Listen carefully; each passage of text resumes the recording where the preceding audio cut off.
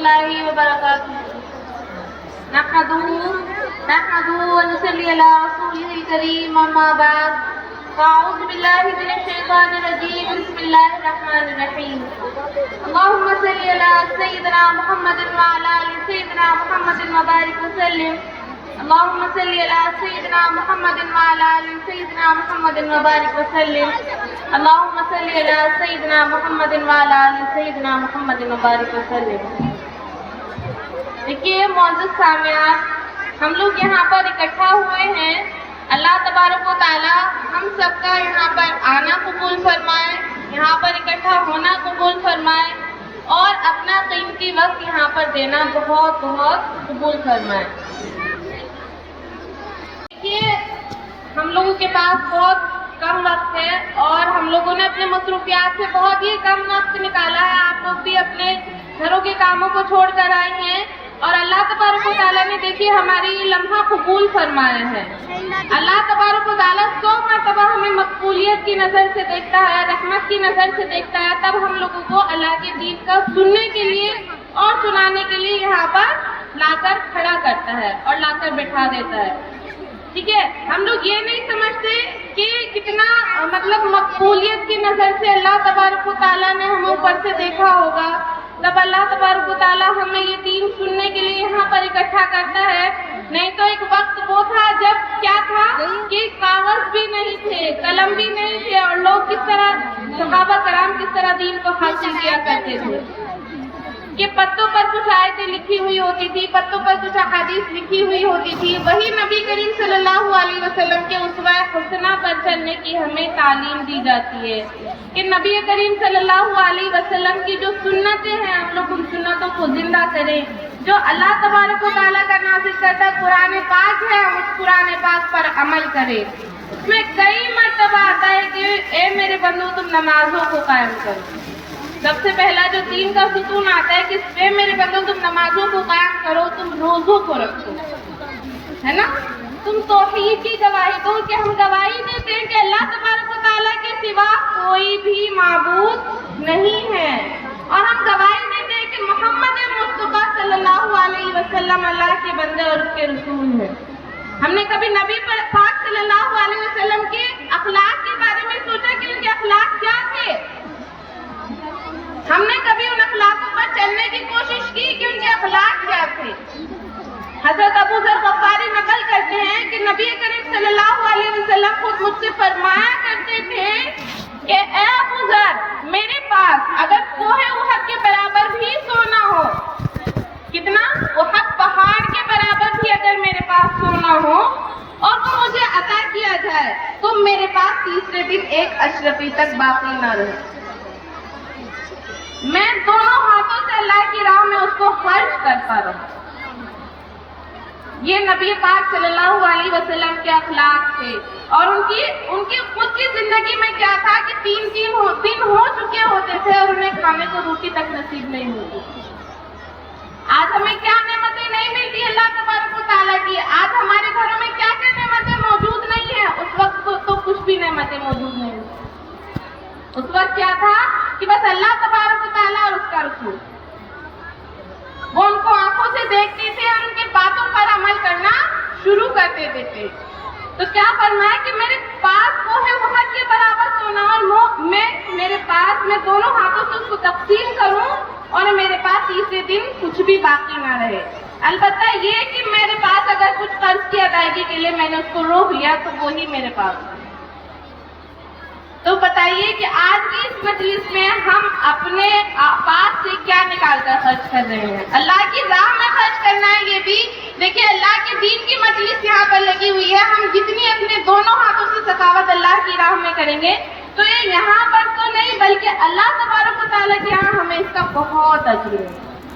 ہم یہاں پر یہ سوچتے ہیں کہ ہمارا مال ختم ہو جائے گا، نہیں، بلکہ اللہ تبارک و تعالیٰ اس سے کئی گنا ہمیں زیادہ عطا فرمائے. کیونکہ دنیا فانی ہے، دنیا کی تمام چیزیں فانی ہیں اور یہ مال بھی فانی ہے.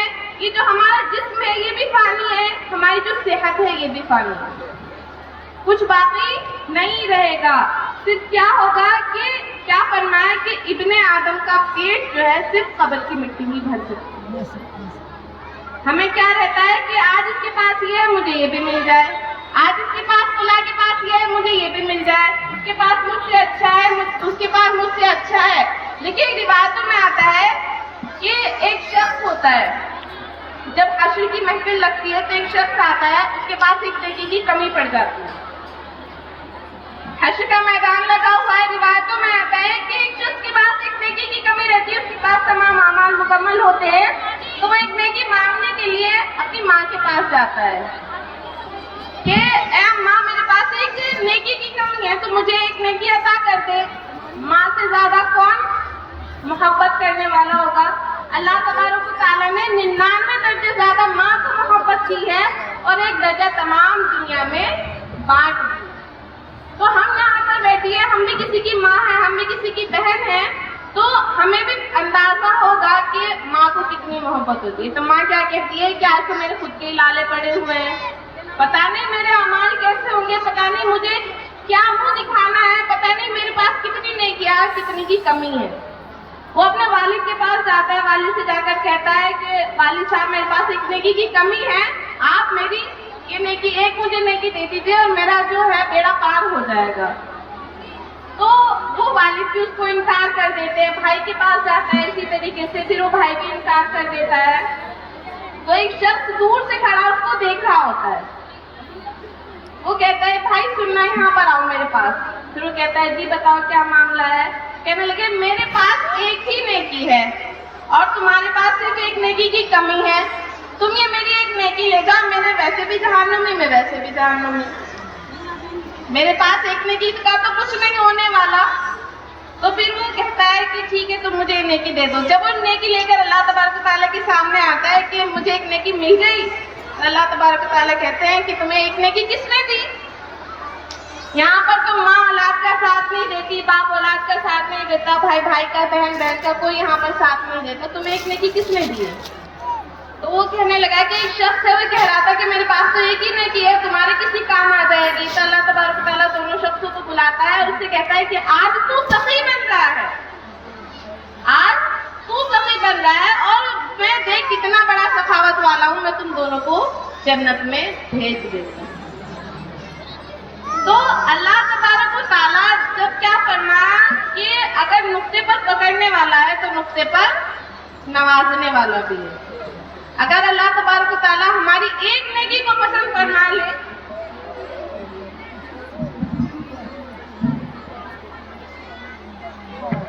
ایک بچی ہے علینا نام بتاتی ہے اور اپنی والدہ کا نام بھوری بتا رہی ہے۔ علینا والدہ کا نام بھوری، جس کی بھی بچی ہے یہ آ کر لے جائے بہت جلدی کر کے۔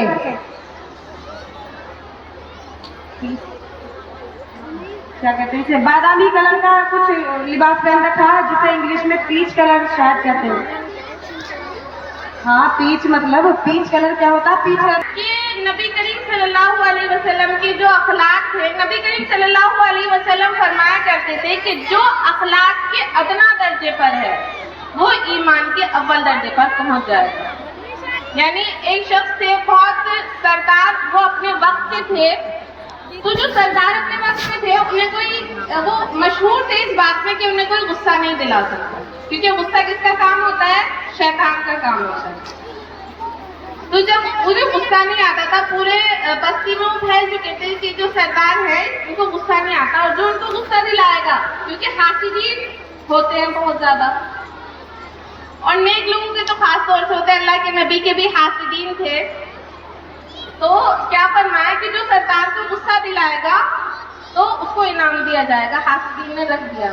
تو ایک شخص آتا ہے، کہتا ہے، شاعر ہوتا ہے، وہ کہتا ہے کہ میں سردار کو غصہ دلاؤں گا۔ تو وہ آ کر کہتا ہے کہ اے سردار تمہیں وہ وقت یاد ہے جب تمہارے پاس کچھ بھی نہیں تھا؟ تو وہ کہتا ہے کہ ہاں میرے پاس پھٹے پرانے کپڑے تھے، میرے پاس پھٹے پرانے جوتے تھے، اور مجھے اپنی اوقات یاد ہے کہ میں کیا تھا۔ تو کہتا ہے کہ اللہ تبارک و تعالیٰ نے تجھ جیسے کو سردار بنا کر بھیج دیا۔ جیسے نبی پاک صلی اللہ علیہ وسلم جب طائف گئے تو وہاں کے 3 بھائی تھے، ان کا بہت بڑا قبیلہ تھا، تو ان میں سے ایک کے پاس جاتے ہیں کہ شاید یہ میرے دین پر ایمان لے آئے، شاید یہ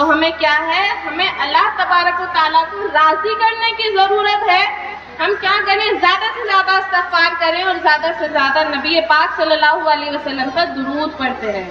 حضرت علی کے پاس مجلس جب لگا کرتی تھی تو لوگ آیا کرتے ہیں کہ میں کاروبار کی طرف سے پریشان ہوں، تو حضرت علی کہا کرتے تھے استغفار کرو. کوئی شخص آتا کہ بھائی بیٹی کی شادی نہیں ہو رہی، بچے کی شادی نہیں ہو رہی، تو حضرت علی کہا کرتے تھے استغفار کرو. کوئی آتا تھا کہ بھائی میرے باغ میں پھل نہیں آتے، آپ دعا فرما دیجیے، تو کیا کہتے ہیں استغفار کرو. کوئی شخص آتا ہے کہ میرا دل جو ہے اللہ کی یاد میں نہیں لگنا چاہتا، میرا دل بڑا اللہ کی یاد سے غافل رہتا ہے، تو حضرت علی کہتے ہیں کہ استغفار کرو. تو ہمیں جب پتا ہے استغفار کرنے سے ہمارے سارے کام بن جائیں گے، تو ایک بار ہم اس پر عمل کر کے دیکھیں. اللہ تبارک و تعالیٰ جب ہم توکل کے ساتھ عمل کریں گے تو اللہ تبارک و تعالیٰ انشاءاللہ ہمارے تمام کام بناتا چلا جائے گا. تو میں زیادہ سے زیادہ کیا کہوں گی کہ اس مجلس میں ہم بیٹھے ہیں، آج سے اس میں مصمم کریں کہ کتنا بھی ہو سکے ہم چلتے پھرتے اٹھتے بیٹھتے استغفار کرتے رہیں، اور جتنے بھی ہو سکے کوشش کریں کہ اللہ کے نبی کے حکموں پر چلنے کی، ان کی سنتوں کو ہم زندہ کریں، اپنے گھروں میں دین کو لائیں، اپنے گھروں میں نبی پاک صلی اللہ علیہ وسلم کے جو اپنے گھروں میں ان کے اخلاق تھے وہ ہم اخلاق اپنے گھروں میں لانے کی کوشش کریں. ہم اپنے اخلاق کو سدھاریں. ہمارے اندر کیا اخلاق ہے کہ اگر کوئی مجھے ایک کہے گا تو میں اسے 100 کہہ کر ساتھ لوں گی. اور نبی پاک صلی اللہ علیہ وسلم کے کیا اخلاق تھے کہ بھائی اگر تو مجھے 100 بھی کہے گا میری طرف سے جب بھی ایک نہیں سنے گا. تو آج اگر ہمارے دلوں کے اندر یہ اخلاق آ جائیں تو ہم نبی پاک صلی اللہ علیہ وسلم کی سچی اور پکی امتی کہلانے کے لائق بن جائیں گے. اللہ تبارک و تعالیٰ سے دعا کریں اس مجلس میں بیٹھ کر کہ ہم نے جتنا سنا، اتنی اچھی اچھی باتیں ہم نے سنی، ہر چیز کے بارے میں سنا، نماز کے بارے میں سنا، روزے کے بارے میں سنا، زکوٰۃ، حج، توحید، ہر چیز کے بارے میں ہم نے سنا، سخاوت کے بارے میں سنا، عاجزی کے بارے میں سنا، اخلاق کے بارے میں سنا. تو سب چیزوں پر ہم انشاءاللہ تھوڑا تھوڑا عمل کرنے کی کوشش کریں گے، تبھی ہمارا یہاں پر آنا قبول ہوگا، بیٹھنا قبول ہوگا، اور ہمارا وقت بھی جب ہی قبول ہوگا. اپنے دلوں میں یہ نیت کریں کہ انشاءاللہ جتنا بھی سنا ہم اس پر عمل کریں گے. آخر دعوانا الحمدللہ رب العالمین.